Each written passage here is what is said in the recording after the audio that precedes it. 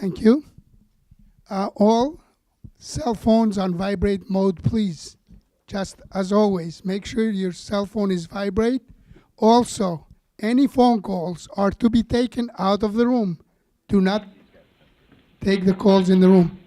If you need to speak to somebody, go outside the room, please, so we have a proper meeting. Okay, Jeremy, gallery session. Thank you. So everyone, please make sure you speak into the microphones today, all right? We're only using our system and not theirs.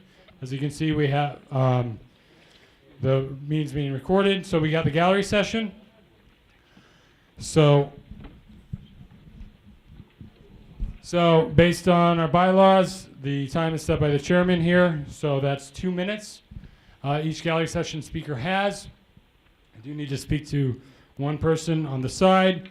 But we will start with Brunhilde Sparty from Jacobi Medical Center, or in the issues WHC. You please come up to the microphone. You have 2 minutes. Frano here will, when you have 30 seconds left, he will raise that sign, so pay attention to Frano here, the guy was speaking right before me. So he'll raise that sign, and then when your time's up, he'll bang the gavel, and then you can only answer at most 2 questions or respond to 2 comments from the board members, not the gallery, where you're sitting, okay? So I'll turn your mic on. When you're ready, go ahead. All right. Hello. Good evening.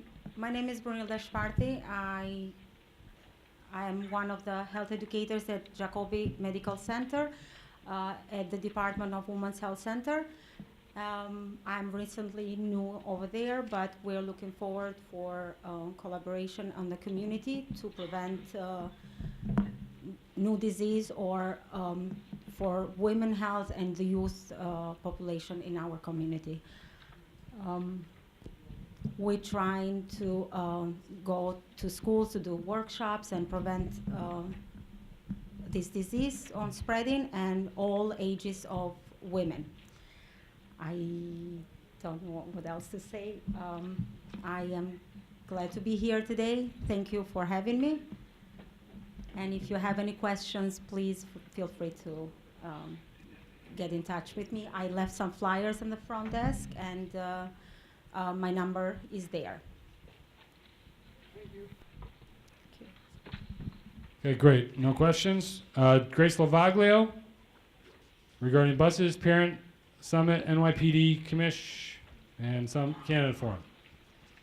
Hi, everybody. Hope everyone had a great summer. I did, for a change. Okay. Quickly. I left some flyers out. I'm on the UFT parent committee, and we're having our UFT summit. That's going to be November 3rd at Jeremy, 2500 Halsey, over there by Commerce. So I left some flyers there. In about a week or so, the link should be up and running, and I'll post that up on Facebook and send it to whoever wants it, or you can just go on Facebook and find it. Oh, that's the wrong thing. Also, there is a, hold on.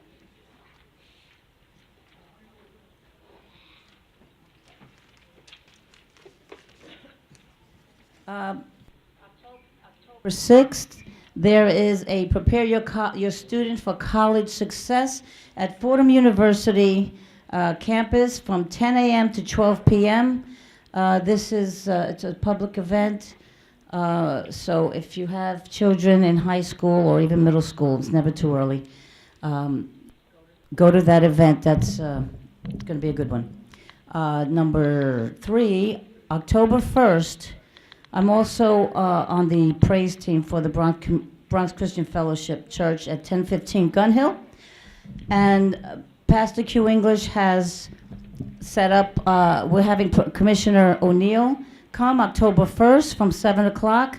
It's an open forum. If you have questions for the commissioner, you sign up on Eventbrite. I'll put that up on Facebook as well, or send it to Jeremy. October 11th, putting together a candidate forum for governor. I have Larry Sharp confirmed. Thank you, Grace.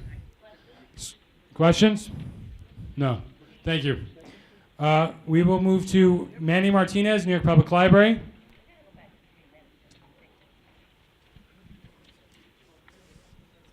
And then I need to speak to Christian. I speak to you real quick. Hello, good evening, everyone. Welcome back from summer. Hope everyone had a wonderful summer. Here representing Pelham Parkway Van Ness Library, Morris Park Library, and the Allison Library. I want to start off by saying we had a successful back-to-school giveaway where we gave away 178 book bags, and we had an attendance of approximately 250 people at our branch this summer for that back-to-school giveaway.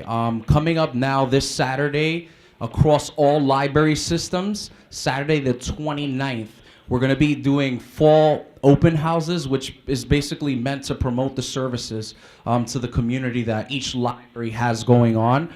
So I've been really working hard at trying to establish new partnerships and bring new information to the community. But this workshop is basically meant for those people to take it, for the community to take advantages of the services that the library has to offer, all for free. Everything is free, down to Simply E. Culture Pass is a new service that was implemented where it allows you access to over 30 cultural institutes. And with the holidays coming up around, we're going to be doing a health series. We're going to focus on 4 different topics. It's men's health, women's health, stress management, and then meditation as well. We got the men's health one on October 12th at 2 p.m., which is a Friday. We got the women's health program on the 26th, which is at 2 p.m. This is sponsored by Bronx Community Health Network. Then we also, it was something I spoke about to Jeremy, which is the driving simulator. We're a unique branch that has a driving simulator in the basement. And this is for adults and teens that want to practice getting comfortable behind the wheel before they actually go into to take the driver's exam. And what we do is we use the DMV to help them go through the chapters and kind of become familiar with the regulations and the rules for driving. So, thank you. Thanks so much. Questions? Roger McCroson?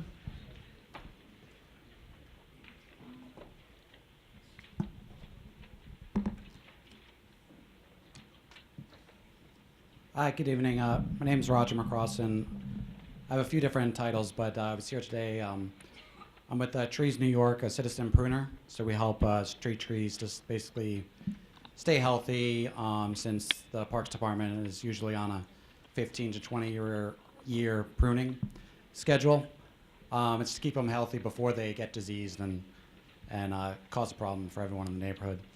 I'm also treasurer at PS 108, and I'm going to be having a project with the school, having the students take care of street trees.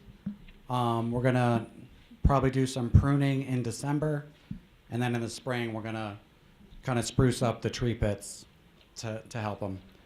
There was another issue I had. It was on Yates Avenue on the way to PS 108. There was a tree that had grown into a power line.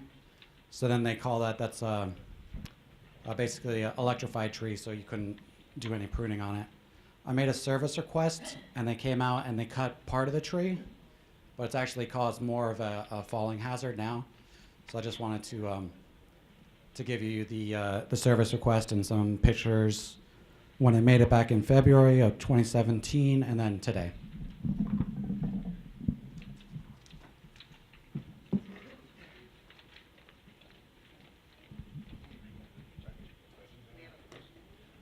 Okay, Edith or Tasneem, which one? Edith, okay. I have a question. I'm not sure that you can answer me. This is regarding the guards around the trees, all right? Have you heard anything about them being removed? As far as being removed, no. You do need a permit if you want to put a new one in. Okay, because word has gotten to us somewhere on Pelham Parkway that the city is removing the wrought iron tree guards. I'm a volunteer for Trees New York, which works in concert with the Parks Department. Right. And I'm also like a master composter that works with DSNY, kind composting, but so I know something about the regulations of the tree pits, Right. but as far as plans to remove them, Okay, I'm not thank privy you. to that. Okay, Edith, I'd like to answer that question. Yeah, go ahead, Joe. Am I on? Okay. Edith, on White Plains Road, we've been trying to get rid of those tree guards for the last 3 years. And we even had a grant to do that, which the Parks Department sort of lagged behind and then lost our grant, and we rediscovered the grant. Now, some of those tree guards, unfortunately, have been uprooted, so the roots have moved those tree guards up, making them hazardous. So that's why we're going to remove, and we are removing today. They removed about 9 of them. Yeah, but Joe, those are grates that you have on White Plains Road. I'm talking about the actual wrought iron tree guards around the tree, not grates. Okay, we don't really have that in our area. Okay. Okay. Okay. Yeah, it's not our area. Okay. Thank you, Joe. Well, I don't know. I think that was the second. Okay.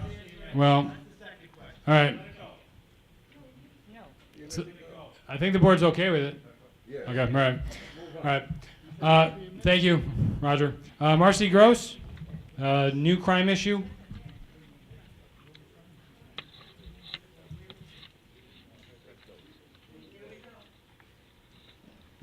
Hi, everybody. Welcome back after a long summer. Happy New Year, Lashana Tova, and hopefully we have a very easy winter. We do have a new crime. I called you, Captain. I called the police precinct several times. Within the past, it's about 11 days, I've been approached by people coming off the train with this comment. Hi, I was just released from prison. I need money. And they don't leave you alone, and they follow you. So knowing me, I don't back down, which is kind of maybe not so smart, but I called the police precinct for 2 to 3 hours. Nobody picked up the phone. I called the NCO police. Nobody picked up the phone. So we have issues. It's a big issue. This is a new one. I don't know where these people are coming from. I was approached 3 times in 11 days, right off the train stations. Riverdale and Pelham Parkway South. So it's not just the Pelham Parkway area. It's all over the Bronx. It's a big issue. So what can we do about this? Okay, Commander. All right. So, and I'm sure you're all aware, there was also a CBS 2 news segment in regards to this issue. I spoke about this at the community council meeting Tuesday. We are aware of the issue. We've been actively addressing the issue for quite some time. We actually were addressing it before we were receiving community complaints because we recognized it on our own. We've been doing extensive outreach with Bronx Works. I personally went out and visited these individuals, and I assessed the situation, and I actually did a count. So from my assessment, we have approximately 10 people out there. Pelham Parkway, White Plains Road. I spoke to them because they tend to congregate in groups. The day I spoke to them, there's probably about 7 or 8 of them. They all told me that they see Bronx Works almost every day. So Bronx Works is doing their part, going out and offering them services. So I asked them, so what's the issue? They said, we don't want what Bronx Works is offering. I assessed it. They feel comfortable here.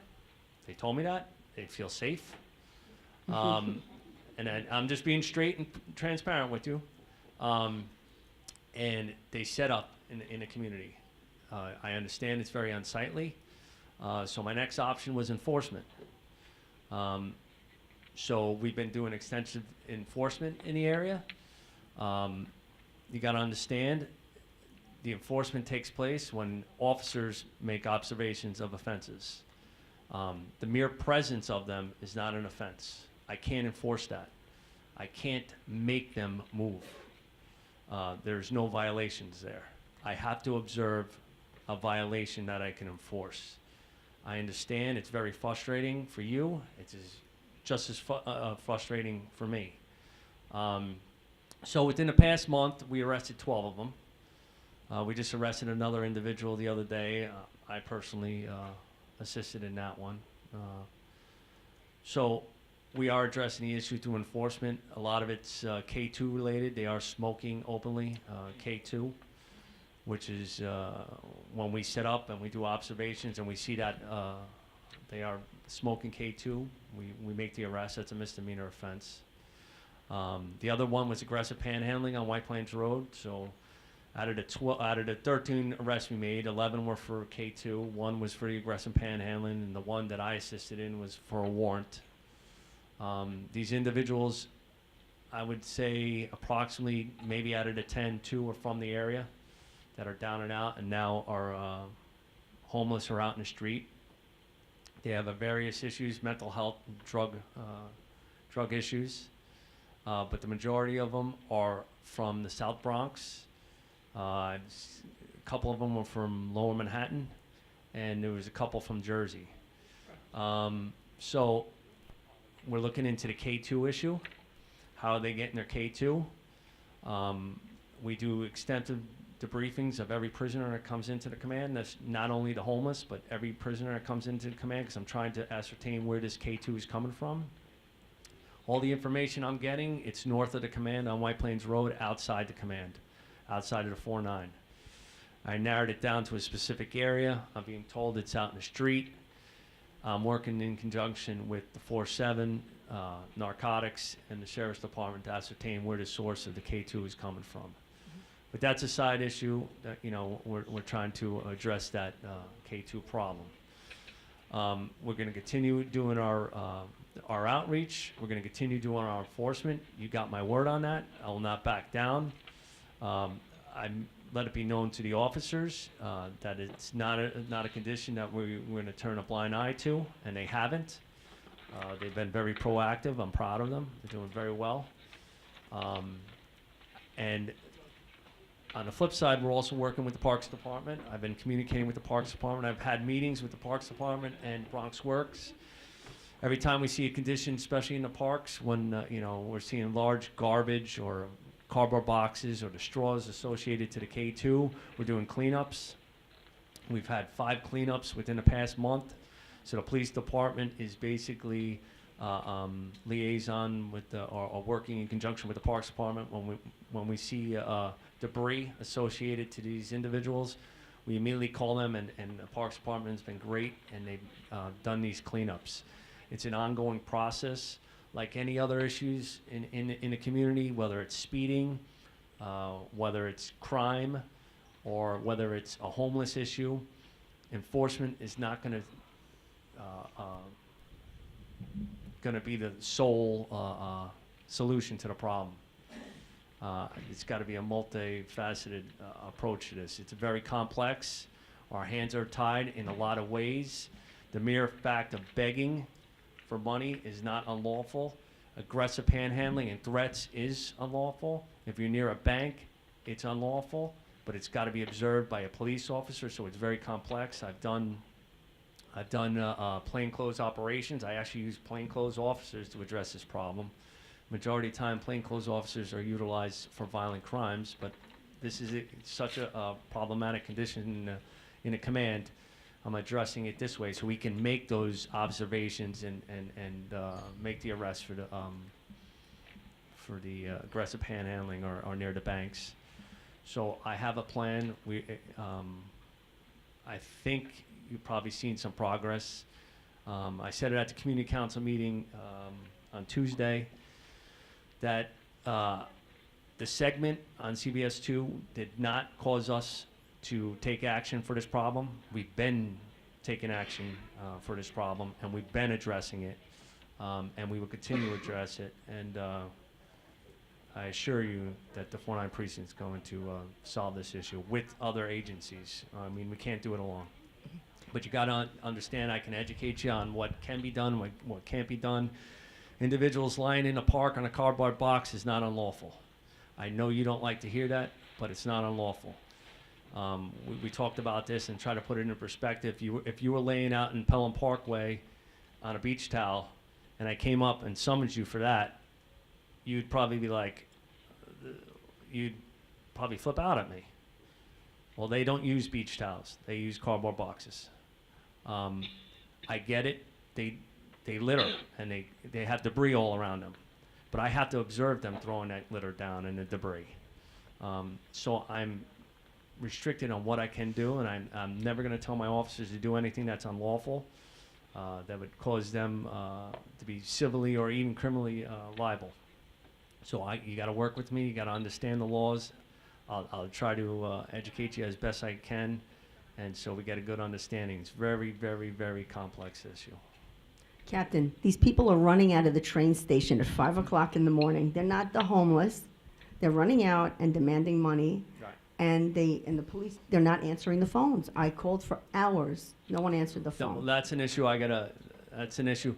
You know, Marcy, you probably have one of the most extensive contacts in the police department. We're very, very receptive to you, Yeah. especially. I know.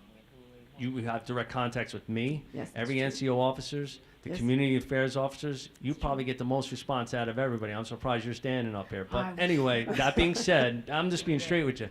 That Yeah, being thank said, you. I'm sorry that you called, and we're wrong for not answering the phone and the TS operator. And well, if that's where you were calling, Yeah.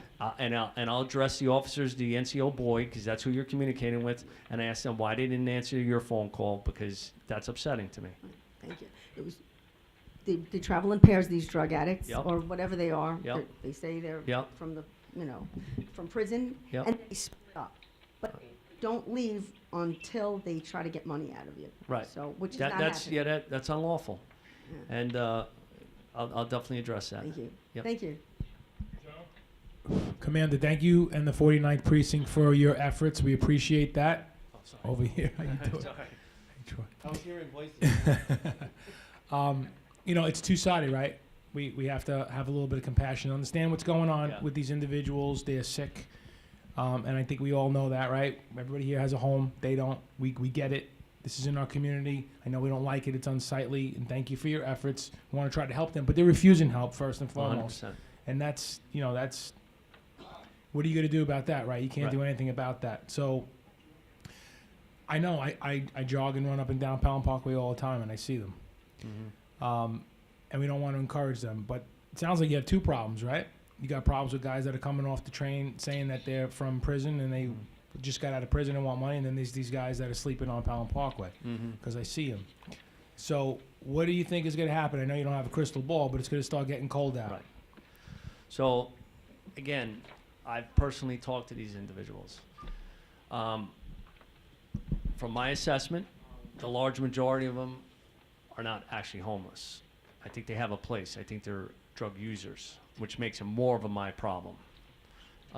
So, that being said, I don't think you're going to see them out and about much longer. But I'm not waiting on that. I'm not waiting on the weather to correct the problem. I'm going to continue doing what we're doing.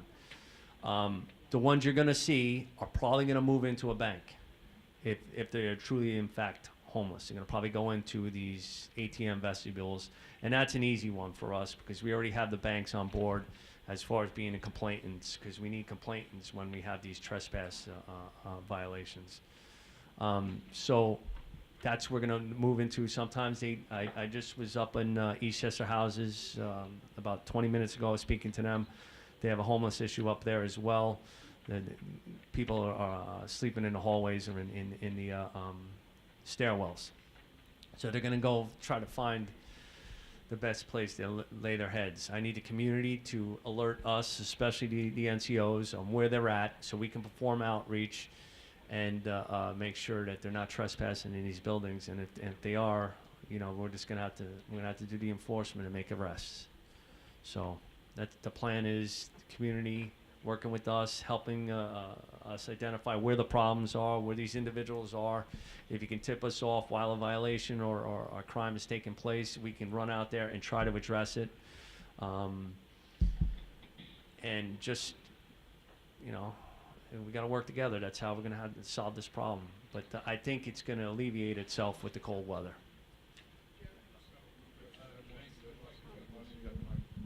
Well, I was just going to say, for the other crimes that you solved that I can't really repeat and things that I do call you about every week. I do, and I thank you for everything and responding to me on those issues. Thank you very much, because you really don't know how much safer we are when they respond to what I see and say. So I'm encouraging everybody here not just to wait on somebody like me, but all of you have to pick up the telephone, and if you see a crime in action, it can't just be Marcy. It's got to be everybody here. Thank you very much, Captain. Okay, Thank you. All right, so we'll finish with Gene, then we'll go back to the captain if he has some, or the commander if he has something else. So last gallery session speaker, Gene DeFrancis. And on that note, real quick, if we want that to be resolved, we really need to look at Bronx Psych at Waters Place, because they're still not getting the state police officers that we requested here at this forum and at several other forums. They need their police officers, so our resources, our police officers, in the middle of the night don't have to race over there to attend to their problems, and they can take care of their own problems, and our police officers can take care of ours. Another thing that I brought up about a year or two ago was the grading system from the health department for our restaurants. Our small business restaurants are getting extorted at this point. If you go to a street vendor, if you go to a deli that cooks food, they don't have to go through the same intimidation, humiliation that our small businesses have to go through on a periodic basis, where they come in authoritatively and they're at this point in the realm of the absurd, because they're fining the merchants if they have bruised peppers in the refrigerator, or if they don't label their food properly, even though it's under the right temperature and everything like that. So we need a fair balance. I brought this up at the community board before. I'm hoping the elected officials are listening, and we can actually do something about it. Either the street vendors need to be graded and the delis need to be graded, or we need to stop this process. That's not saying we need to stop doing inspections. We need to do inspections. If they're in street violation, shut them down. That's still possible, but at this point, it's just a money scam, because you can go to the courts, buy your A for a couple of $1,000s with a good lawyer, so we're not really being protected, and we're not really being looked after. It's more about raising money. Paying attention to Community Board 10 and their animal shelter issue. If Community Board 10 in Co-op City doesn't want the shelter, we have city-owned locations. Did you put up the 30 minutes? Yes, I did. Yeah, sorry, Gene, he did. All right, so More than happy to look into browsing. thank you. Any questions for Gene? I have. For Gene? Well, yeah, I want to Okay. make a statement. Okay, go ahead. It's on now. Is it on now? Yes. Gene, according to your statement with Bronx Psych, and I think Captain Alps will agree, they've been meeting with the 49th Precinct. They've been trying to work out some issues and ways in which to, have the state police do more, have the Mahadas or the mental health therapy aides do more to alleviate any problems before they call 911. And I just want to make, that known. They're not sitting on their backside, because when I attend a meeting, I bring it up. And they just, the other day, they told me that they just had a meeting a little while ago. So that's one issue.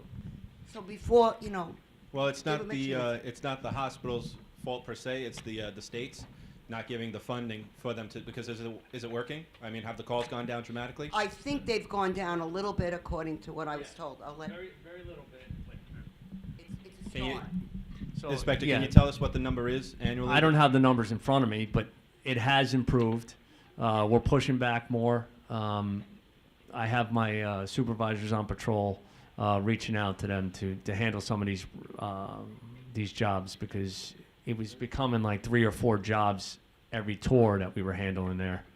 Easy, and it gets resource intensive, because sometimes we had to bring them into the hospitals, and we got to sit them at the hospitals until they get admitted. So it was a problem. It is getting better. They're very receptive. So I just hope it improves. A lot of it has to do with educating the people that work at the facilities to make sure that they call their police first and not us. Right. And the other thing is that some people think that the methadone clinic is part of Bronx Psych. It is not part of Bronx Psych. Montefiore owns the building, but it's on Bronx site property. So, it's just something that people should be aware of. They're always blaming everything on the patients of Bronx Psych when it isn't. I mean, and we're trying. They're trying to really, improve, and I've been on their case. Okay. Keep addressing it until it's a lot better. Great. Okay. So that would close the gallery. I don't know if the commander, you had anything else you needed or wanted to announce? If you want. But before I give it back to him, I saw 2 hands up when he was speaking. Okay. In this order, I saw Pat Charles, then Edith, and then Sandy, you're done? I'm done for now. You're done for now. Okay. That's anyone else had their hand up that I missed? Okay, I'll give it over to the commander, and then we'll take it to Pat, and then. So I'll just give you a quick overview on how we're doing with index crimes in the command. Year to date, we're down 7% in index crimes. We have 64 less index crimes this year as opposed to last year. We're down in every 7 major or 7 index crimes except for murders, rapes, and felony assaults. Our felony assaults, our increase for the year is plus 25 versus last year. 21 of those 25s are domestic violence related. We do have now 6 murders. We had a shooting homicide at 1450 East Gun Hill on Monday the 24th at 23:30 hours. An individual who lives up in a 4-7, a 46-year-old male, got into a dispute with another male who's identified and wanted for this homicide. His name is Tony Clark. He's a 4-5 resident, Co-op City. They get in a dispute inside the bodega, and then shots are fired, and this individual is shot in the chest, taken to Jacoby, and he's pronounced a Jacoby. So that was the 6th homicide of the year. It was a spontaneous dispute. It wasn't gang related or narcotics related. It was just a chance encounter that turned violent. Last year we had 3 homicides for the entire year, so we're gonna lose homicides or murders for the year. If you go back 5 years, there was, 2008 and 2009 we had 7 homicides. 2010 we had 9. 2012 we had 8. 2014 and 15 we had 6. 3 was last year. When you look at the index crimes, we're at a 10-year low for shootings. We have 6 shootings for the year. When you look at grand larceny autos, we're at 10-year lows. When you look at robberies, we're at our 2nd lowest number in 10 years. In 2014, we had 123, when this year we're at 128.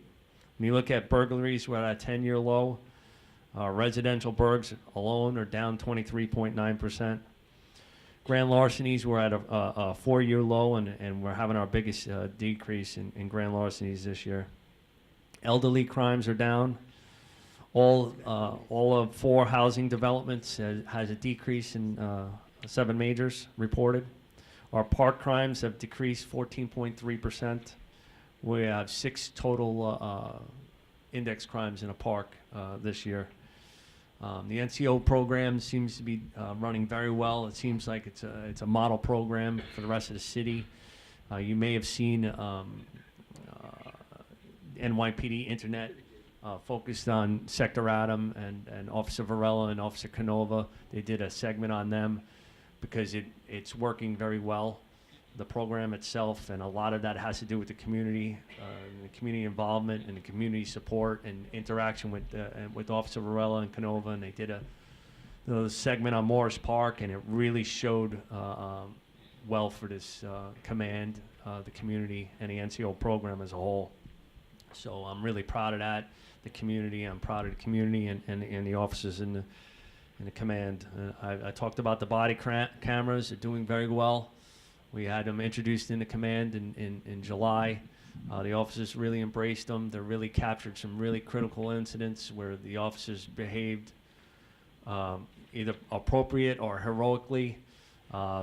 2 incidences where officers were actually recorded saving the lives of individuals. And it's really been great a great introduction to the police department. I mean, I know there's some debate back and forth, but our officers here in the 4-9 precinct love them. We have 9 additional officers from last year, so you have more officers on patrol. With the NCO program, that pushed a lot more officers out in the street. Plus, we have a 9 additional total in the command, so we have a lot more officers in patrol. So with the crime numbers hitting 10-year lows, the introduction to the NCO program and the community working even closer with us, I think things are going very well here. I'm excited the way it's going, and I can't wait to see the final numbers at the end of the year. These numbers are real. These are real victims, and that's 64 less victims from last year, so I'm proud of that, and the officers. And the bottom line, I've said it since I've been here, it's the community working with us, so we're doing great.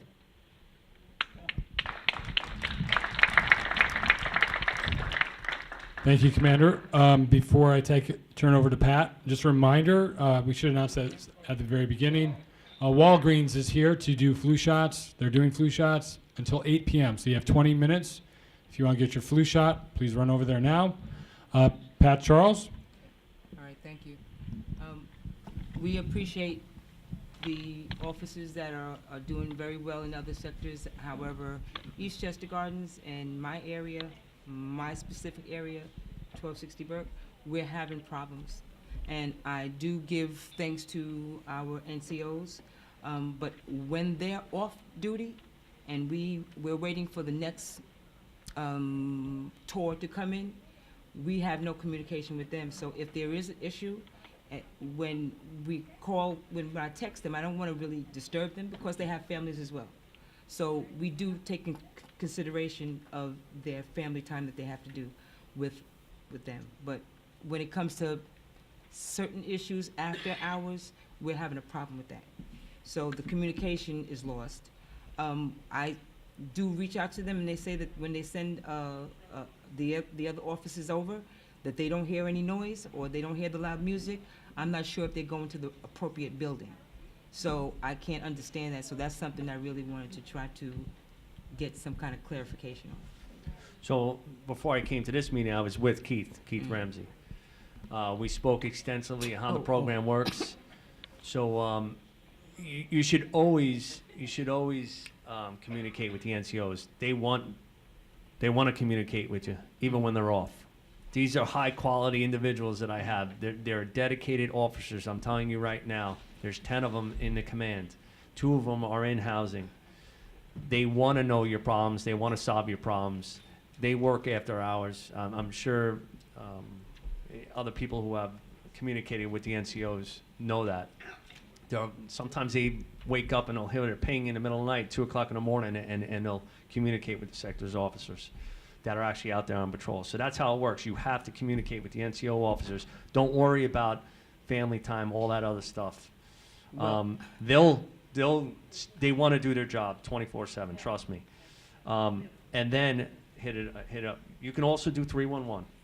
I do do that. all of that. Okay. I get the complaint number. I text them the complaint number. I text them everything. Okay. So, I mean, I understand what you're saying. I Yep. do that, but I do take in consideration because they are human. No, I That understand. I do And I appreciate understand that, and I do want to make sure that they do have their time. Okay. But I do all of what you say. Yep. So I'm just trying to see where there's something where we can bridge whatever gap it is in between those times when they're off, that whoever is on, that we have communication with them as well. So I can get you the sector officers because they have department phones as well. And Okay, what that's what I you can need. do is you can do a group text. That might be a better way to do it. So you can do a group Okay. text involving your 2 You can do it with Officer Sanchez and Officer Graham, and have all the sector officers that are in Sector Charlie, and you can have theirs, and you can do a group check. So Then I'll one do of them will get hit off. That will be helpful. And they'll know. So That will be helpful. That's something we can do. Thank you.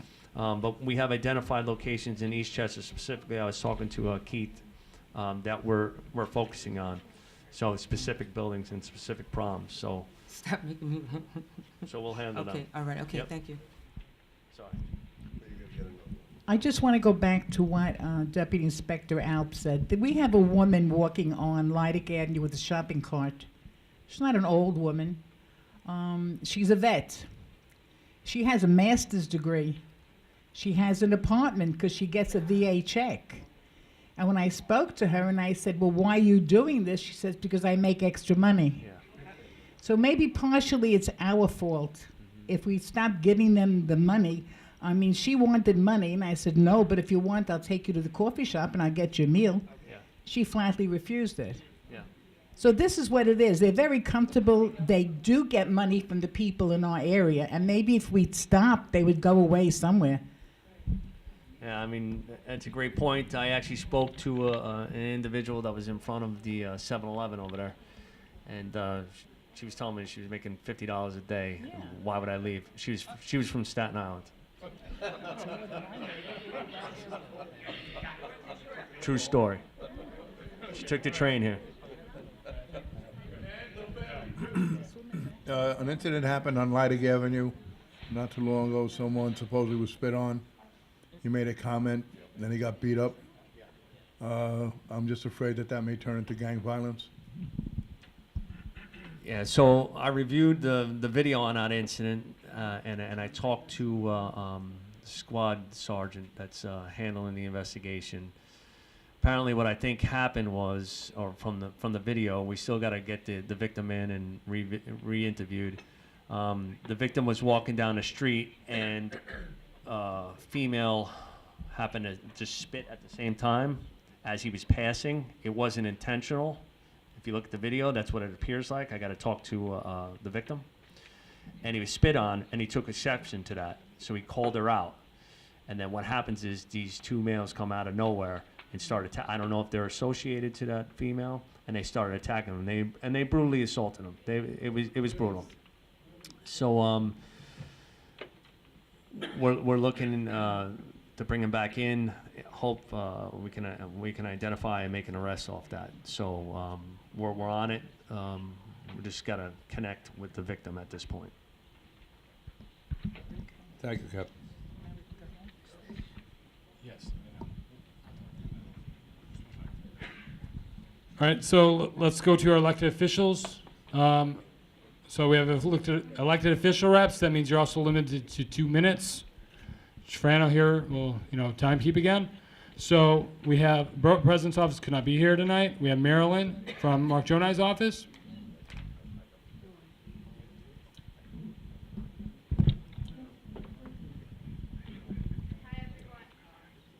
Hello? Okay.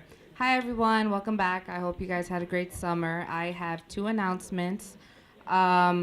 Last year, everyone called our office while we were still in the assembly asking for dog signs, and we didn't have the funds to get dog signs then, but we now have dog signs. I put a bunch in the back table over there with Chris, and I also have plenty more at our office, so if you'd like some more, just drop by, and oh, look, they're going to get them. And I will give you some. My second announcement is Councilman Jonai is sponsoring the Italian Heritage Celebration at City Hall, and we are honoring Al D'Angelo. That's going to take place on Wednesday, October 10th. I believe seats are limited, but the food is not. I mean, it is unlimited. Sorry, yeah, it is unlimited. So you got to reserve. You can call our office or get a flyer in the back, call that number, or yeah, just reach out to us. That's all I have. Thank you.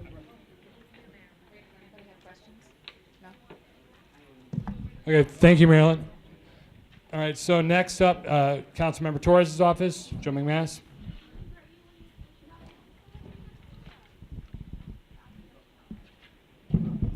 Good evening, everybody. I have a few announcements. The office is sponsoring free lead testing. Call the office for more information, 718-842-8100. Also, October 1st, we're starting the participatory budgeting. That means the council person is going to allocate $1 million towards some capital improvement. So we'll take questions from everybody, ideas from everybody, and I think in April is 1 week and we have a vote. Anybody can vote over 11 years old. So if the thing is dedicated to a school, we even try and get the school children involved. I did get a text about some information about the council person putting funds up for cameras. In Councilman Torres' district, he did put money for cameras, and just to let everybody know, when they put the money in, the council person, it's selected by the police department down in PP1. The precinct isn't doing it, the council person isn't doing it. So he funded it, and there'll be 4 cameras in the 46th precinct and 4 cameras in the 48th precinct that overlap the council's 15th district. Thank you. All right, thank you, Joe. Don Shiano, first question. Yeah, I spoke to Richie about cameras, but it wasn't supposed to be for traffic. It was supposed to be for Bronx Park East, and it was supposed to be for the Department of Parks because of dumping. And he said that he would try and sponsor that. I only know that they've done. Even if any kind of security cameras done, it's the police department points the spots where they go, not the council person. That's the way it works. So the police department picked out these 2 precincts.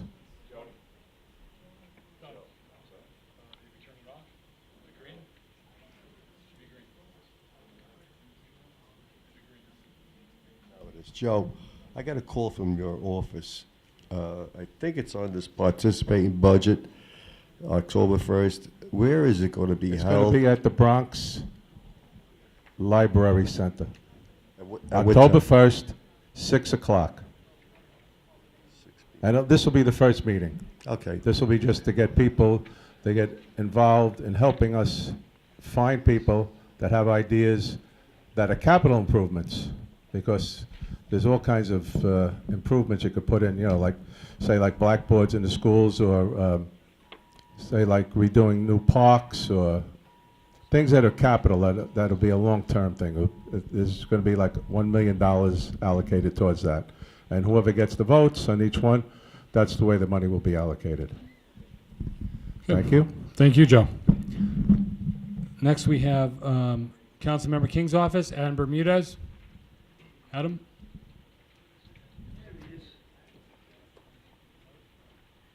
How's everyone doing? I'll speak on 2 matters, that are going to be starting to get a little bit of media attention. You might see them. The first is Gene brought up the animal shelter. The councilman, I guess we're with what Gene was saying.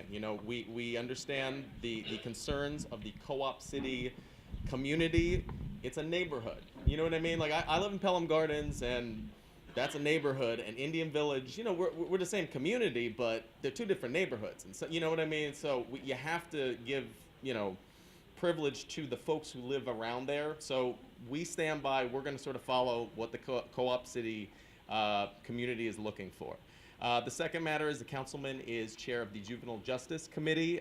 Councilman Jonai also sits on that small committee. So we have oversight of sort of a major policy implementation that's going into effect on Monday, which is what's called the Raise the Age reforms.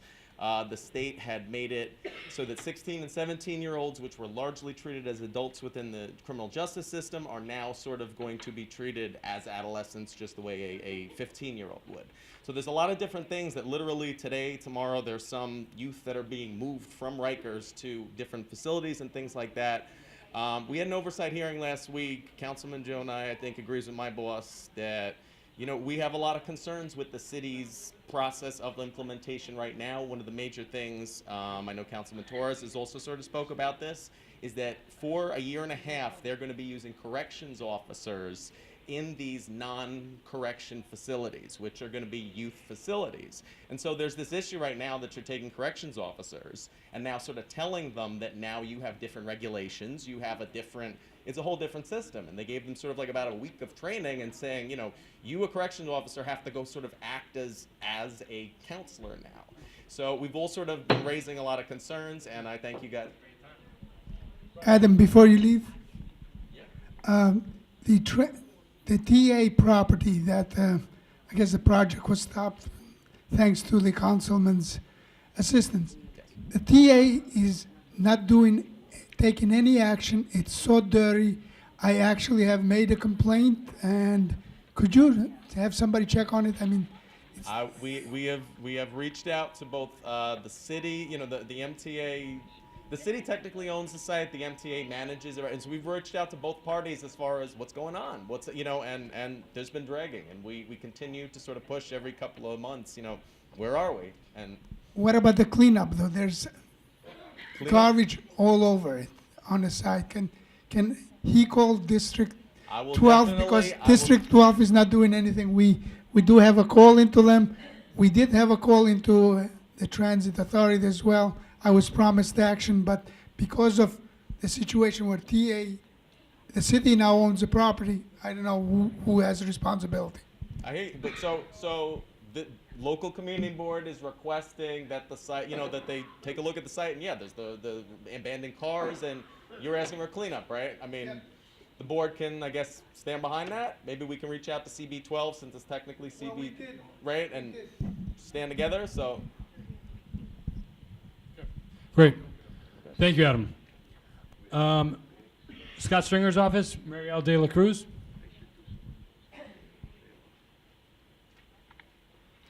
Good evening, everyone. Good evening.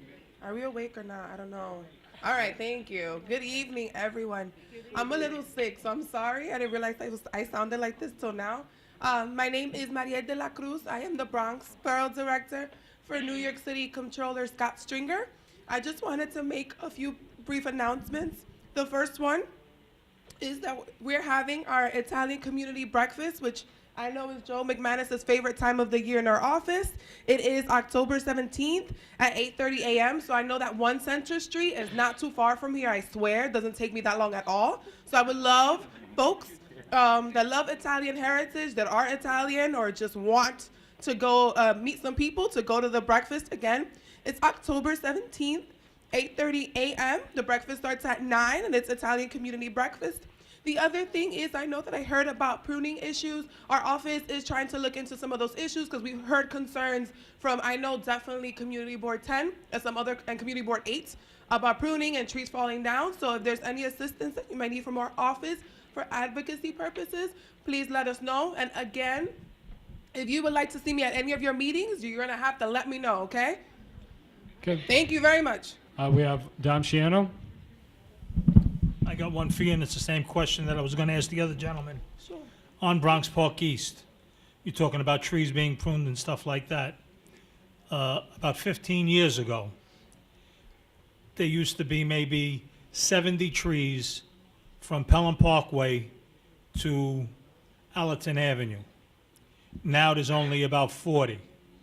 Okay, what they did was, to stop cars from hitting the trees, they put I-beams. That's the steel beams. Looks like an I, a capital I. Pounded it into the asphalt, so this way the cars would not back into the trees. What they did was they cut the roots. Now, most of the trees have a hole in them bigger than a basketball, and I'd say the trees that came down, about 30 or 35 of them, is all because they killed the roots. We had a couple of bad storms in the last 4 or 5 years, and they all came down. Now, are they doing anything to try and save those trees, number one?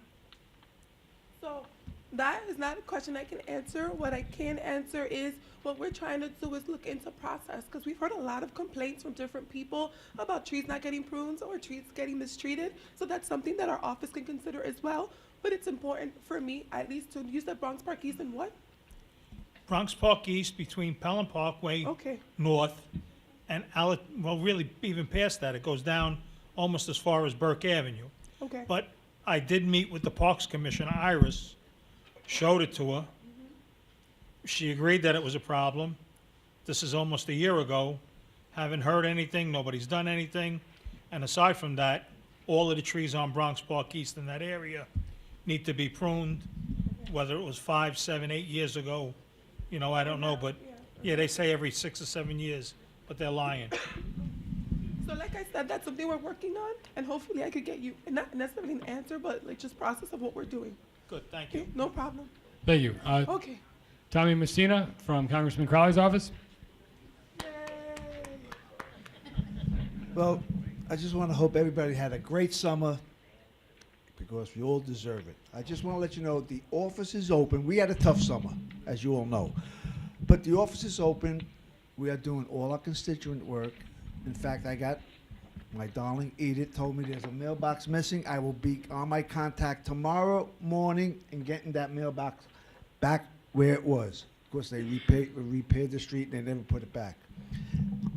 I just want to say something about Deputy Inspector Alps and Detective Jay Sturdivant. What they do is incredible. I think they deserve a round of applause.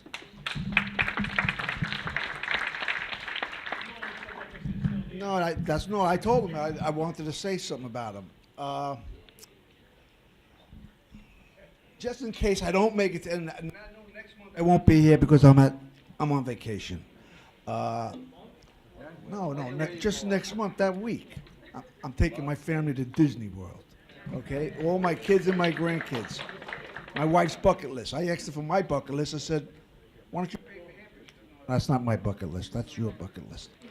But I just want to say something. I've met so many great people in 23 years that I've been doing this. Last night I went to the Morris Park Association. Tonight is here. I don't know if I'll be back. Me myself, because stuff happens. But I just want to say how much I've met, how much I've been so happy to meet these people all my life, in my life. For 23 years I've been doing this. It's like something like a farewell tour, but not a farewell tour because I can still come here. I just want to tell you how much I'm so endeared to all of you people that you've made me feel so comfortable. I know we only got 10 seconds left. Just want to say I love doing what I do for 2 congressmen, and I'm not going nowhere, and I love all you people. Thank you very much. Thank you, Tommy. Is Brian Adams still here? No. Brian, please go to the table. They need your signature over there.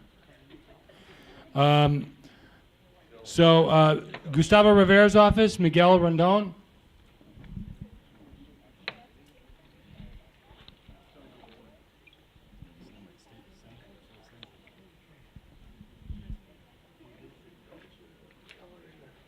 Good evening, everybody. Good evening.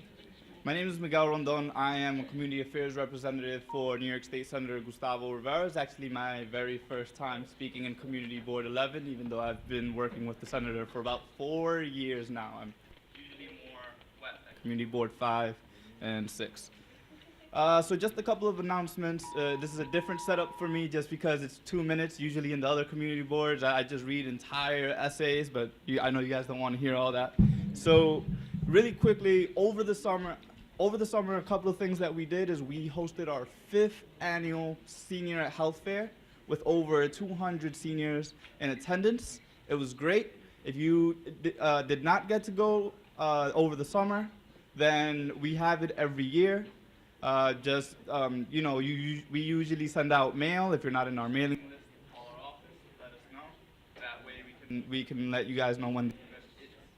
Something else that we did for the kids, we were very proud to distribute close to 3,000 backpacks, all within the 33rd Senate District, with incredible partners. And next thing is what's going to be happening in Albany. For the next legislative session that starts in January, we're going to need stronger rent laws, and this June the New York State regulations will expire. So we'll be fighting to renew and strengthen the rent-regulated protections that affects the entire state, actually. And also, this summer, Senator Rivera was extremely proud to introduce the Code as Law. That's the most comprehensive legislation in the state to prevent children from getting exposed to lead. And we're really hoping to pass that with your support in this upcoming session. Thank you. Last but not least, Dylan from Assemblymember Fernandez's office. How's everyone doing? On behalf of myself and the Assemblywoman, we hope you all had a good summer. We're happy to be back. We're happy to be here, and we're ready to get to work again. I'm going to start off with some event announcements. On Saturday, October 13th, we are doing a free mental health and first aids training at Jacobi Hospital. It is going to be from 10 a.m. to 6 p.m. Please come. It's going to be great. We're trying to really focus on making sure that mental health is a priority, not just for us in the community, but also up in Albany. And we have other events coming up, but we do not have set dates for them yet, but I'll be getting that to you shortly. In other news with the Assemblywoman, we're getting our legislative agenda together. We're working very hard to make sure that we focus on education, transportation, and other issues regarding mental health, as well as criminal justice reform. And yesterday, this is one that pertains specifically to Community Board 11. The Assemblywoman spoke at the MTA board meeting yesterday, asking that Amtrak take responsibility for replacing the Pelham Bay Bridge, and that's holding up the Penn Station Access Project. So we're really trying to make sure that the governor's office and the MTA focuses on getting that resolved as soon as possible so we can start work on this project ASAP. That's it for my announcements right now. I'm sure all of you know how to contact me if you need anything else. And I love all of you. I hope you all are great. No questions? That's Dylan, it. thank you. Again, I would also like to invite everyone, or welcome everyone back from a long, comfortable summer.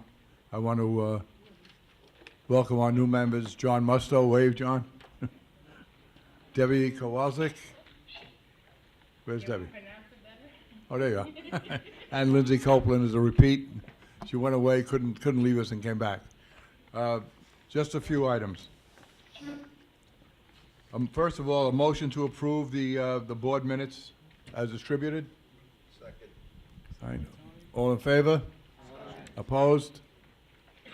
No discussion. No, there was no reason for discussion. Next, the executive board voted regarding Bruxelles Lounge on 925 Allerton Avenue.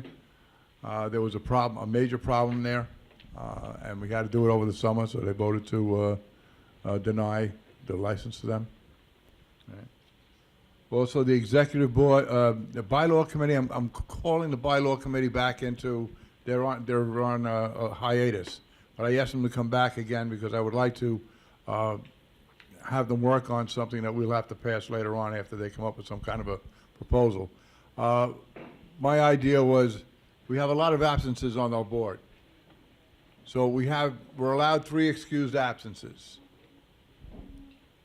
What I'm proposing, and I'm asking David and his committee to work on, is 3 absences, excused, unexcused. The 4th one, we're bringing you up on charges and having you removed.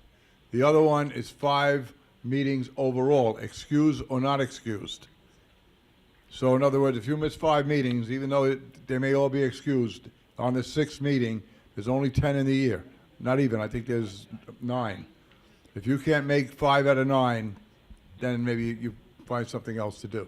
So that's the proposal I'm making to David. I'm asking David and his committee to sit down and work out a proposal for that so that we can work that out. And then we can vote on it and discuss it once they come up with their plan. Yes, Andy? Al, I just wanted to say the meeting will be open, David and I guess Joanne, but she's not here. We're going to try to meet on October 11th at 7 p.m. in the front part of the office to address the bylaws. Yeah, Tony, I don't know. Thank you. You're welcome. Yeah. Al, you said 3 meetings of the executive board. No, I'm just talking about executive board. Executive board. Full board. I mean, the full board. And how about the 5? Is it the full board or is it all meetings? Well, we're going to Well, address that. I thought we were going to do committee meetings. Hold on. So let me clarify. So it's committees and full board separate, right? The way the bylaws currently are is if you miss 3 committee meetings in a row, you're up for removal. Separately, if you miss 3 full board meetings in a row, you're up for removal. So as far as we spoke last, we're going to keep the distinction, committees and full board separate. So, right? I'm going to leave that up to David to come up with a proposal, and then we'll work on it, and we'll let the board discuss it. We'll talk about it, see what we want to do, and then as a board, we'll vote to approve or disapprove or make any corrections that we need to make. The other thing I asked Jeremy to do, and we get a lot of complaints coming into the office, and I asked the people in the office to write down any complaint that comes in, Write it down someplace. Either you put it on the computer, put it on a big board somewhere. Write down what the complaint was, who sent it in, what you did about it, and how it was completed. Because what happens is sometimes something comes in, we'll make a call, and then we assume it's taken care of, and then we go to sleep on it. And then with the same person will call back in 3 months and say, I told you 3 months ago, and we said, well, we made a call. Well, that's not enough. In other words, I want it followed through so that we follow it through to fruition. So that at the end of the day, we can say, you know, when Jeremy makes his report, he can say, look, we had this complaint, we did this about it, this is how it ended up. We called 4 times, 5 times, whatever it might be, until it was taken care of. This way, once you make a complaint, you know we're going to follow through with it. And the other thing I ask, and I ask this for, we're all here, we're all giving our time. We have a lot of committee meetings. Everybody's on a committee. If you don't have an agenda for that committee, don't have the meeting. There's no reason to have people come out to look at each other and smile and then say, okay, we don't have an agenda, we don't have a quorum, let's go home. If you have something important, then people should be there. But if you don't have anything for the agenda, you didn't have a meeting this month, not a big deal. It saves everybody a lot of hassle of people coming out. So, and the other thing I've asked is that we check all the religious holidays so that we don't make the mistake of scheduling something on a religious holiday. So I think you spoke to the rabbi, right? And he was going to send you a, yes. We generally have the calendar, right? Barbara Gelnick used to give us the calendar. David gave me an emailed calendar. What I like to do is I call someone like Barbara Gelnick, and she'll tell me, yes, this is important, keep this on. No, that's not that important, don't worry about that. I mean, you can keep it on, but you can have a meeting, whatever. I'd like to keep the meetings about an hour and a half at most, which means, you know, if we have something to say, let's be brief. You know, we're not politicians. I'm sorry. Well, we're not looking to feather our nest. We just want to get a point across and get home. So you'll make our points and then leave. So you know, I asked that. The other thing I asked for is we're a public organization. Let's be civil to each other. We can disagree, and we can agree to disagree. I know there's some people sitting in the audience that I disagree with strongly, but they have a right to their opinion. We all have a right to our opinion, but we need to be civil to each other. We're not there to, I got you. It's there to you have a discussion, and when the discussion is over, it's over. Not where we're mean-spirited, because that doesn't bode well for us, and it doesn't bode well for the people that are you know, in the gallery watching us. So I ask for those few things. Also, just a reminder, on October 7th, we have the Bronx Columbus Day Parade coming down. It kicks off at 12 o'clock. It should be a really good one this year. We have a few more bands than we had last year, and you know, some nice floats. So if you have nothing to do, come down Morris Park, enjoy the day, and pray for sunshine. All right, thank you. Great. No questions. Treasurer's report has been distributed. If you have questions, come see Harriet or me after the meeting. Silvio is obviously out sick. No, he's here. Oh, he's here? Oh, I'm sorry, I forgot. No, sorry, Sil. Speak to Sil after the meeting.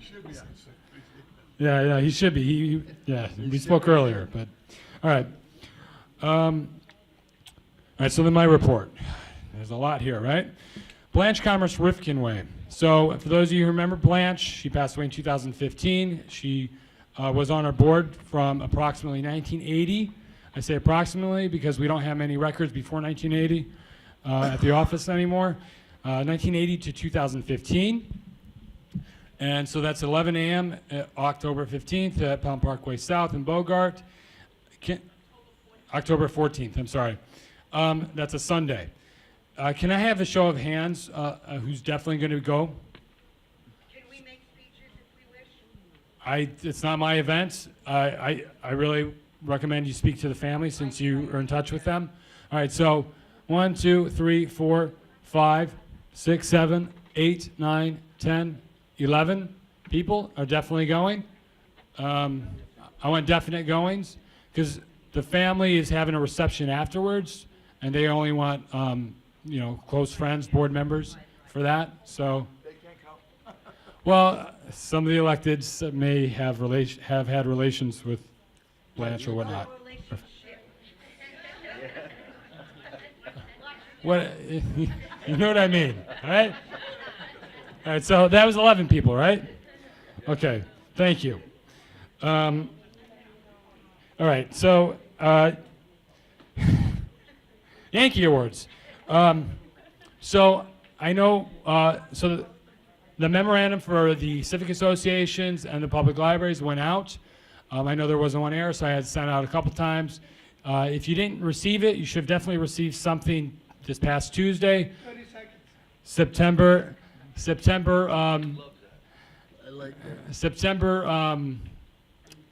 this past Tuesday, around 3:20, you should have definitely got something. If you didn't get it in your civic association, please let me know. I'll send it again. You definitely were on the invite. I'll double check in the office tomorrow, okay? Can we wait till after? So let me finish, if you don't mind. Also, there have been questions in the past about board members as children receiving the award.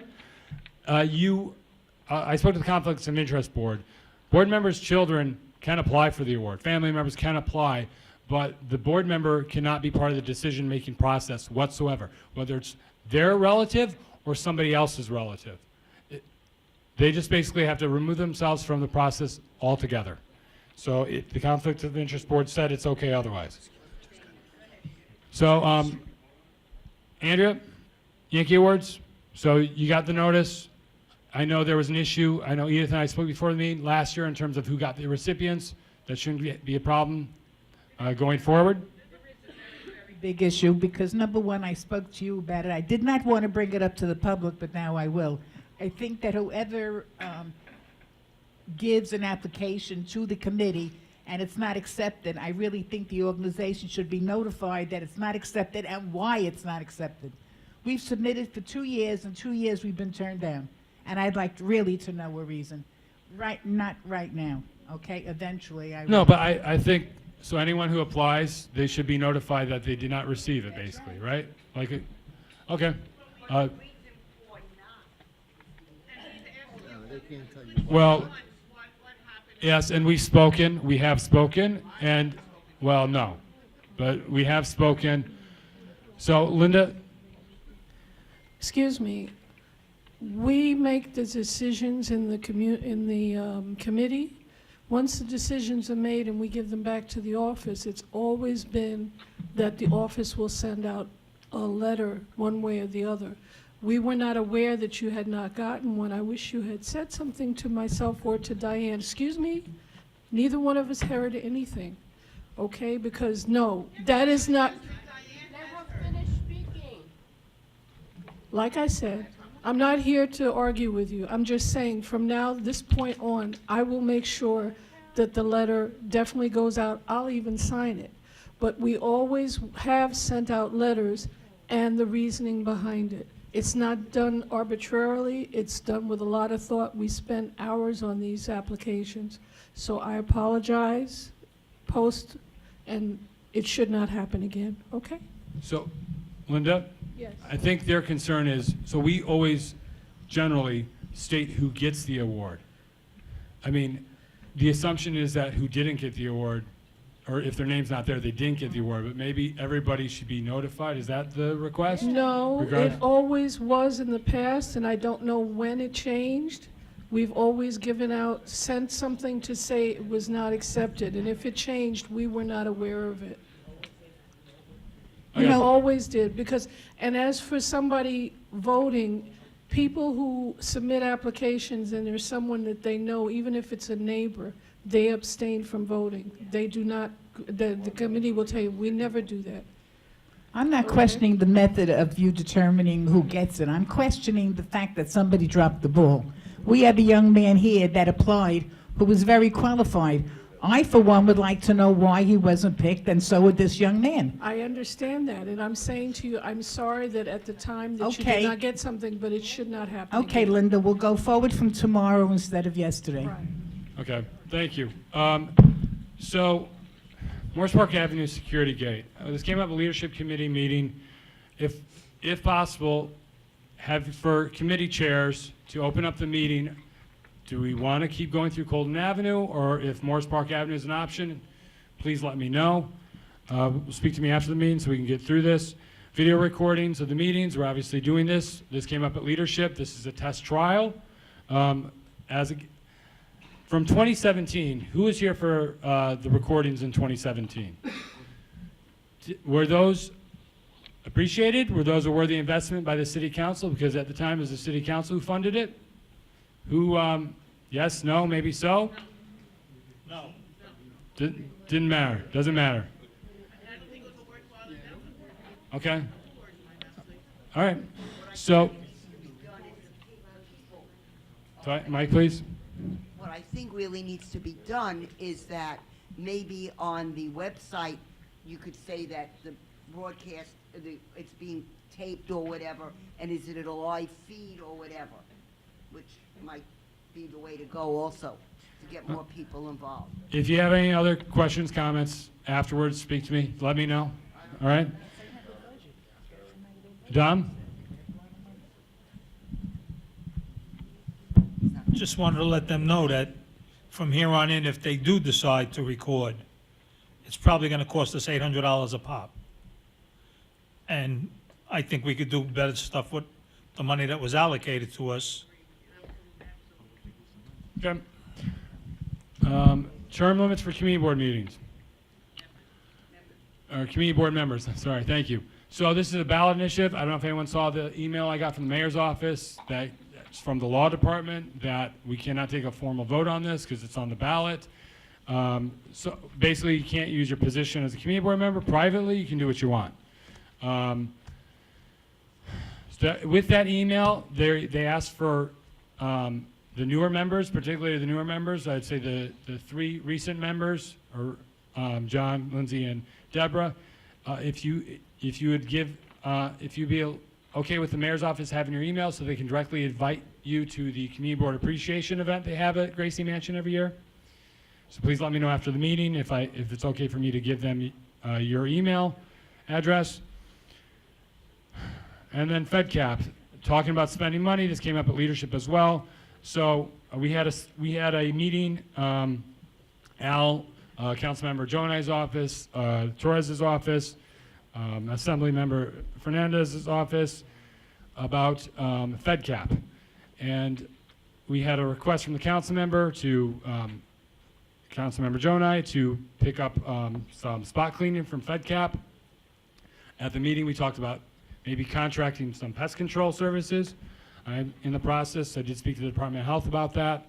The Department of Health does not contract for extermination. They have their own employees that do those type of things. I was informed by Chris that for one of our board members who had a particular problem with the wasp, the Parks Department might be able to assist, which is a rare, unique thing. I would not count on that, even for that one instance, but let's see, let's hope and pray. I am looking into contracting pest control, and we're looking at FedCap. We are having another meeting. Maybe we can get Councilmember King's office there this time. The MTA did confirm for this upcoming meeting that we're going to have. And then state DOT work on the Bronx River Parkway. I haven't gotten inquiries about the state DOT work on the Bronx River Parkway. There are two issues going on. They're doing assigned structural replacements. So for all the signs along the parkway, they're replacing them. And the other issue is by exit 9 going north on the Bronx River Parkway, the Gun Hill exit, they are widening the median to allow for more double lane traffic going up the exit, so there's not as much backup. And I'm sure there's other things, but let's talk after the meeting if we need to, and then move on to committee reports for economic development. Dominic Shiano. We have two items from our last meeting. The first one, I'd like to make a motion. We send a letter of no objection to a renewal of a liquor license for Patricia's. Any discussion? It was voted on committee, so they don't need a second. So it's on the floor. It's open for discussion. All those in favor? Aye. Any objections? Any oppositions? One abstain Abstention one. from. Yeah. Hey. Second item. We'd like to make a motion to send a letter of objection for a wine and beer license for Thai Wananak Group Corporation. Reason for the objection: they did not turn in any paperwork. They did not show up at the meeting. We contact their lawyer. Their lawyer says they're en route. We waited an additional 15 to 20 minutes. They did not contact the office anytime afterwards, which was probably at least 15 or 20 days ago. Any discussion? All those in favor of sending a letter of objection? Aye. Any opposition? Any abstention? One. There will be no meeting in October for economic development. There are no liquor licenses coming due. Our next meeting will be in February. Thank you. Thank you, Don. Oh, November. I tried to push it to February. I give it a shot. All right. Frano, Transportation Committee. Thank you. The Transportation Committee has two motions. One is that for those participants that previously had a street activity permit and come for renewal, that they no longer have to appear before the committee. I think this is burdensome to them, and it's really not necessary, especially if there were no issues. If they had issues, of course, we would bring them in. So the motion is that we approve that those that previously had a permit for an activity don't have to come before us. Any discussion? Don Go ahead. Ciano. If there was an issue, you would contact them ahead of time. Absolutely. When they send in, yeah. Yep. No problem. Any other questions? Yeah, Frano. Yes, sir. Mike, please, Joe. Joe, can you speak to the mic?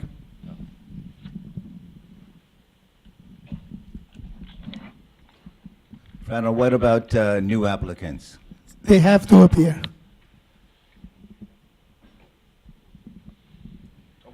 Any other questions? All those in favor? Opposed? Abstention? Joe Mentz is opposed. Okay. Any abstentions? Passed. Okay, the second motion is to recommend approval of Twin Productions. This is a block party on 10/6/2018, and it's on Woodhull Avenue between Pelham Parkway North and Astor Avenue. Any seconds? Second. Okay. Any discussion? All those in favor? Opposed? Abstention? Motion carries. Thank you. So, Oh, Tony? okay, wait, there's a question. I'm sorry. Do we know how long the construction is going to continue? Excuse me. Do we have any idea how long the construction is going to take, how much longer on Morris Park Avenue near 180th Street? Because traffic is backed up all the way past Bronxdale Avenue every day. It's really bad. Yeah, I'll have to look at my last report because I brought that up last June or this past June. I don't offhand. I don't remember. I think it was maybe end of year. Usually that's what they try to do, but I'll double check. So, any other questions? We'll go to leadership.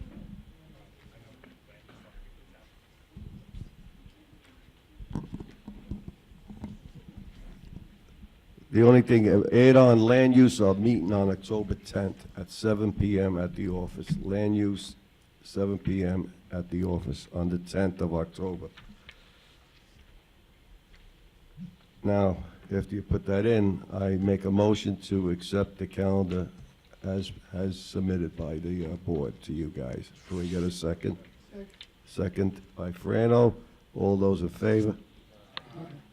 Against? Abstentions? Unanimous. One other thing, we were supposed to have John, did you ever ask John to come tonight? It's over Pelham Parkway. The issue came up. He's sick? Yeah. So One of the issues that came up, leadership. Also, remember on the calendar, bylaws is going to meet, right, on the 11th. So one of the issues that came up was Pelham Parkway at the leadership committee meeting. I spoke to John Fratta at our office yesterday. He's been out sick. He sounded very bad yesterday. I did ask the liaison for Pelham Parkway, Thomas Alexander. Some of you already know him. Not everybody does. He's never been to one of our full board meetings, so I asked, well, can you please come and introduce yourself? And if possible, as early as tonight. He got back to me this morning. He could not come tonight, but he will definitely be here in October. So if you have any questions, specific questions to the project in the meantime, please let me know. Thomas is the best point person to speak to on that. Jeremy, why don't you tell the group also that he's able to appear for other. Yeah, so he's also willing to come before civic association meetings. He might come before the Northeast Bronx Association. So if you're interested in having him come to your civic association meeting, for those of you who run a civic association, and he hasn't done that yet, please let me know. So next committee is community development. Dr. Patel. Pass the mic down, please.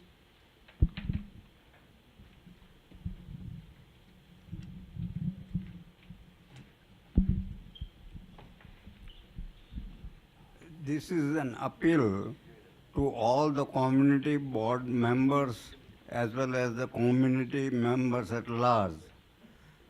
We need suggestions or ideas about any projects that you think would help in the development of our community. Please submit them in writing to the office, and it would be considered for forwarding or including in our priority budget request. Thank you. Great. Diane Norris, education.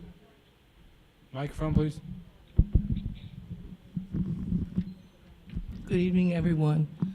Community Board 10 and Community Board 11 had a joint meeting on Monday, September 24th, at the Community Board 10 office in Throgs Neck. And we had a representation from a gentleman by the name of Steve Ritz. He is the founder of a program called Green Bronx Machine. And this is located in a District 75 school, 721. And this school is located on Westchester Avenue and Waters Place. And what this basically means is he takes underdeveloped children. He said he started with children in Rikers Island, some from the Housing Authority, and he teaches them how to grow plants indoors. They grow plants by aeroponics, solar system. They're grown inside. He teaches them how to eat healthy, how to cook the food. I have a website if you want to look it up for yourself. And he's been all over the country. He showed us a tape in Dubai. And he has these schools all over the place. He says these children, their performance is up. In other words, it's like a transformation from someone who's disadvantaged by being performed in this school, and they come out better than what they were. And the website is http://greenbronxhouse.org. That's my report. Hey, thank you, Diane. Joe Picote, Health Committee. Yes, good evening, and welcome back, board members. This month, we did not have a meeting, so there was no report. Thanks, Joe. Janice Walcott, Housing. Good evening, everyone, and I hope the summer was great for everyone. We didn't have a meeting in September, and we will probably not have another meeting until November. Thank you. Thank you. Ken Gelnick, Land Use. Land Use did not have a meeting last month, but we will have a meeting in October. Do you want to briefly mention what it's about? Basically it is about a possible housing development on Williamsbridge Road and Colden Avenue. It's like sort of a triangle over there, and the developer wants to put up, I believe it's like 95 units, or 35. No, I don't remember the exact number, but we are going to be concerned about it, especially because parking and everything else. It will be possibly adding congestion to that area. Thank you. Yes, it's north of Pelham Parkway. Yeah. Golden keeps going. It's where Williamsbridge curves around. Yeah, I thought the same thing. All right, Parks, Pat Charles. Yes, good evening. Thank you for everyone for just being able to just be a part of this committee. This is my first time actually being part of being in place for the chair. Our lovely Arlene Drayton is no longer with us right now, so I want to know the process in which She's resigned from the board. She's still alive. She resigned, but she's still alive. I didn't say she was dead. No, I'm just kidding. No, just kidding. Just kidding. She's alive. Just kidding. Just kidding. No, but I just need to know the process in which we have a replacement for, or how we vote on, another chair, or.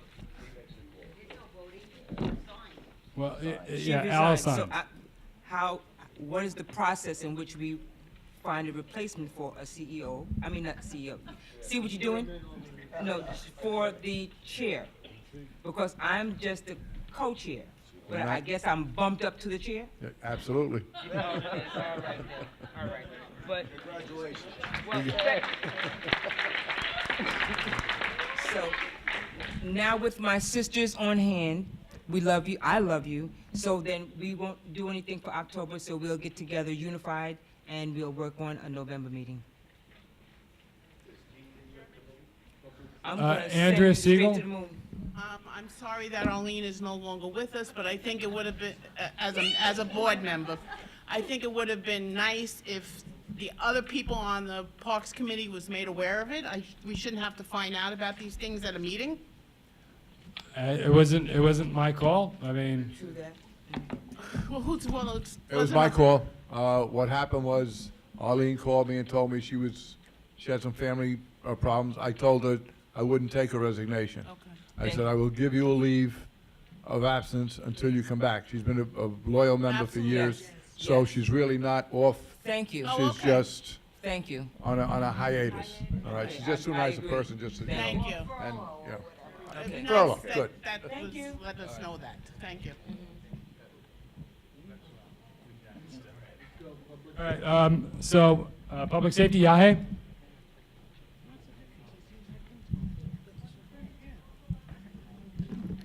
All right, we did meet. We were supposed to have a big meeting, but it turned into a very small meeting because it was canceled last minute. Attendees included NYPD, the DA's office, local elected officials, but just the regular folks showed up. The next meeting will be on October 16th, and we're hoping to have that meeting that we missed on that day. Everything's in the minutes, so any questions, just see me afterwards. Great. Thank you, Yahe. I don't know if you know this, Joanne. Tony Signorelli couldn't be here tonight, obviously, but you do have a guest scheduled for October. It's a DSNY superintendent, and this is his request to have alternate side cleaning in front of the Morris Park train station on Esplanade. So if anyone is in favor or opposed to that, please let me know before the meeting as soon as possible. Show up to the meeting. Please know that I'll be on vacation the week of 9th to the 8th, well, to the 19th. I'll be in Thailand. Okay. All right, I'll let Tony know. What you said, Tony? I'll let Signorelli know. So now then we're on to old business. No, I just left something out in my report. As you noticed, if you were on 3 committees, you are now down to 2. Everyone has 2 committees. I felt 3 was a little much for everybody, so everybody has the maximum of committees that you're on, 2. So if somebody were removed from a committee, don't think it was because, for any personal reason. It was just the fact that I felt that everybody should have, and I think everybody here now has 2 committees that they're on. Except Don. You may go to any committee meeting that you want to, but, you know, you can just be active in 2. All right, old business, Yahay? Yeah, just to follow up on the mailboxes, in front of PS 83, there was a mailbox that had glue on it. One of the parents threw something and it got stuck, and I helped them take it out. And when I walked down to Mulliner, I was walking by the mailbox, and I said, you know what, I'll check this one too. I went and checked, and guess what? There's glue, and there's a letter that's stuck there. So I finally grabbed the letter and was able to push it in. I looked really, really suspicious because it was raining and I was wearing a hoodie. They probably thought I was the one doing the fishing, so I'm lucky I got away with it. Yes, that was one of the new mailboxes, yes. Both of them, 2 in a row, all both on Rhinelander. They had glue. And one additional thing to the 180th train station area with all the traffic, I don't believe cars should be parked on the median because it's hard to see. People cross there. They're not supposed to cross, but they cross. With the vehicles parked there, I don't know who they belong to, but it causes a blind spot. Yet it's very hard for people to see people crossing the street. It's already tough enough that they cross the street there. It makes it more difficult with the cars being there.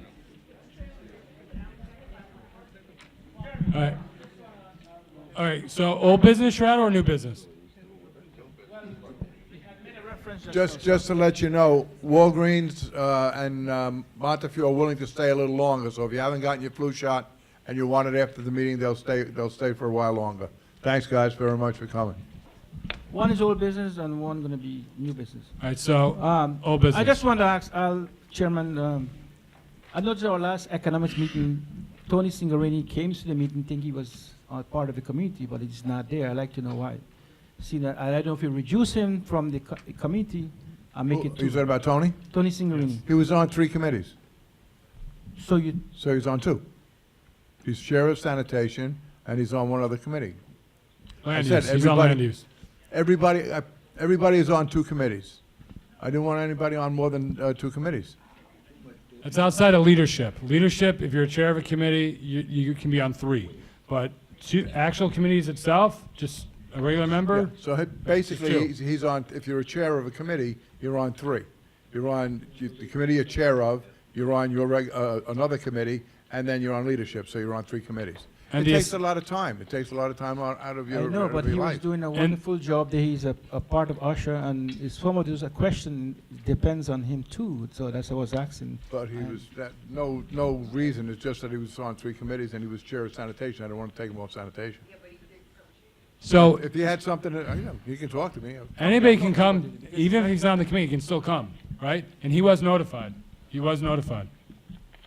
At the time, no, he wasn't. No, he was. He just didn't pay attention to the notification. That's all. Yeah, I need to talk to you then, buddy. Okay. Any other old business before we turn back to Shrado for new? Okay, new for Shrado. Yeah, Jeremy, I noticed, I think you sent out the email regarding of the term limits of board members to become, I know you'll be on the ballot this year, but the part of the mayor thing. Can you shed a light on that, what is going on? Because Okay, so there are actually 3 ballot initiatives, but there was, some boards were actually voting on the issue, and then the law department came out and said, you can't use your position on the community board to try to campaign for an election issue. So that's really the gist of it. That email I got from the, so well, what is the actual proposal itself? That's a good question. And this can be talked about neutrally. So so should there be term limits for community board members? So right now you can serve on the community board as long at the leisure of the elected official who appoints you, whether it's the borough president or your nomination from the council member's office. If term limits go into effect, if this proposal is voted on in November, come April 2019, you have 8 years, you can serve a max on the board, and then you would have to step down after 8 years, which is 2027, I think, and take a 2-year absence, and then if you want to reapply to be on the board, you can reapply and you may get appointed. That's the gist of it. Can you speak in the mic, please?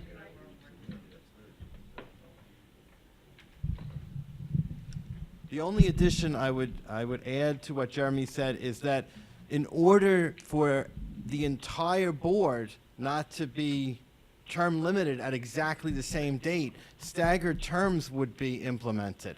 And there's I don't understand the language and who is going to make that determination, but it means that we currently all have 2-year terms, but there's going to have to be some people who are given 1-year terms so that everybody doesn't come up at the same time. Otherwise, there'll be 50 new people 8 years from now.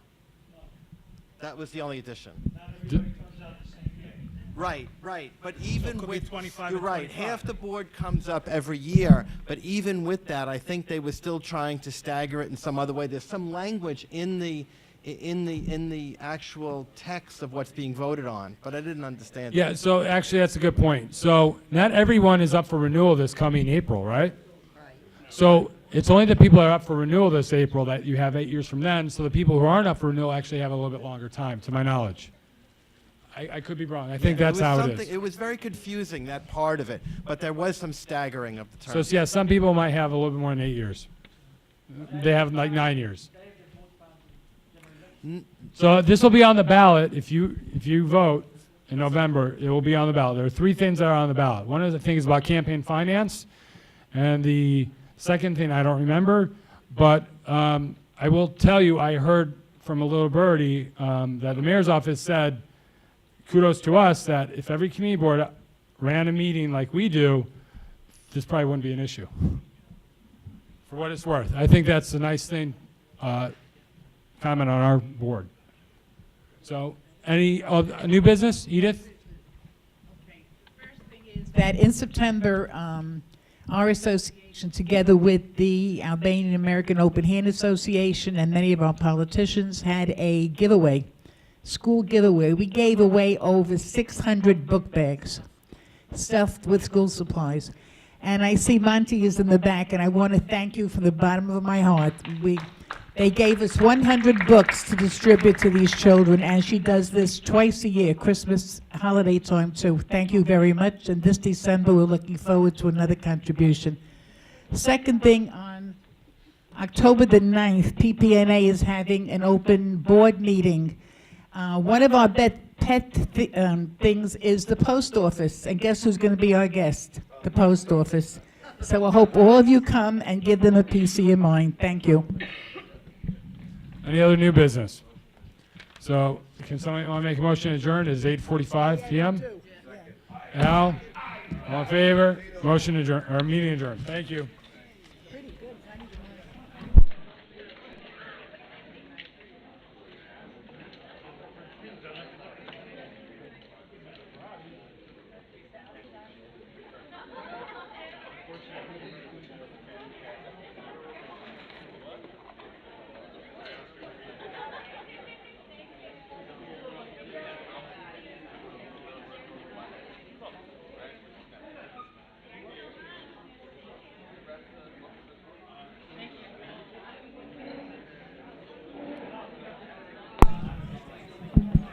Hello?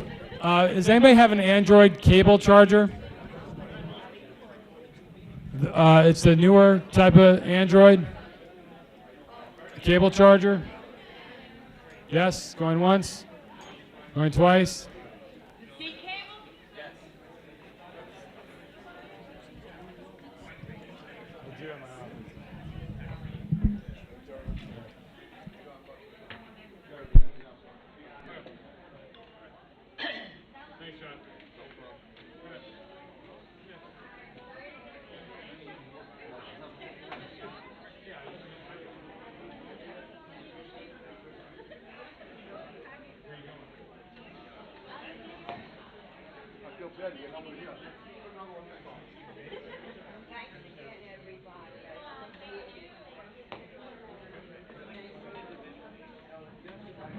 Well, so if somebody has a charger, does anybody mind giving our video recorder guy a ride to Mace Avenue 6